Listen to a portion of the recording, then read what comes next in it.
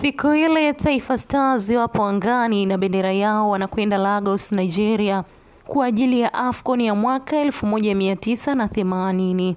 Wanakwenda kuiwakilisha Tanzania kwa mara ya kwanza katika mashindano ya mataifa huru Afrika.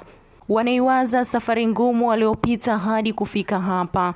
Wao kama mataifa mengine walilazimika kucheza raundi 2 za mtoano ili kupata tiketi ya kufuzu. Ni Nigeria na Ghana pekee waliofuzu bila kucheza mechi za mtoano. Nigeria walikuwa wenyeji, Ghana wao walikuwa mabingwa watetezi. Stars walikumbuka kazi kubwa ya kupindua meza walioifanya Dar es Salaam dhidi ya Mauritius. Mechi ya kwanza pale Mauritius tulipigwa bao 3-2. Mechi ya marudiano tukawaua kwa bao 4-0.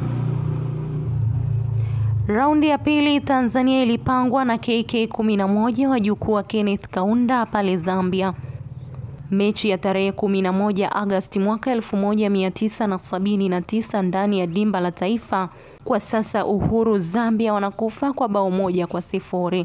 Ila wanaondoka na furaha mioyoni mwao. Wanajisemea hawa wakija nyumbani lazima walie.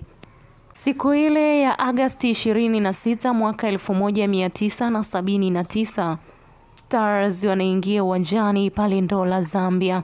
Uwanja mzima unawashangilia KK11 akiongoza amiri jeshi mkuu wao Kenneth Kaunda. Rais Kaunda amewapa vijana wake ahadi ya gari na nyumba kama wataiondosha Tanzania. Ifikirie zawadi ya gari kwa mwaka 1979. Huku nyuma Taifa Stars Mwalimu Nyerere hakuwaahidi chochote zaidi ya kuambia, wekeni uzalendo mbele. Nendeni mkapiganie kufa na kupona bendera ya nchi yenu. Mashujaa wetu walifunga kamba zao za viatu na kuingia uwanjani na neno moja: tunaondoka na hawa leo. Laiti kama Mungu angerudisha wakati nyuma na sisi kizazi cha Facebook tuwaone wazee wetu wale. Laiti kama tungeziona nafsi zile zilizochezea mpira mahaba na sio pesa. Kuanzia kwa Juma Pondamali Mensahi, Leonard Tasso na Mohamed Kajole mpaka kwa Leod Katenga kapteni, Jela Mtagwa na Juma Makumbi jenerali. Laiti kama na sisi tungewaona akina Omar Hussein Kagani, Hussein Ngulungu, Peter Tino, Mohamed Salim na Tueni Ali.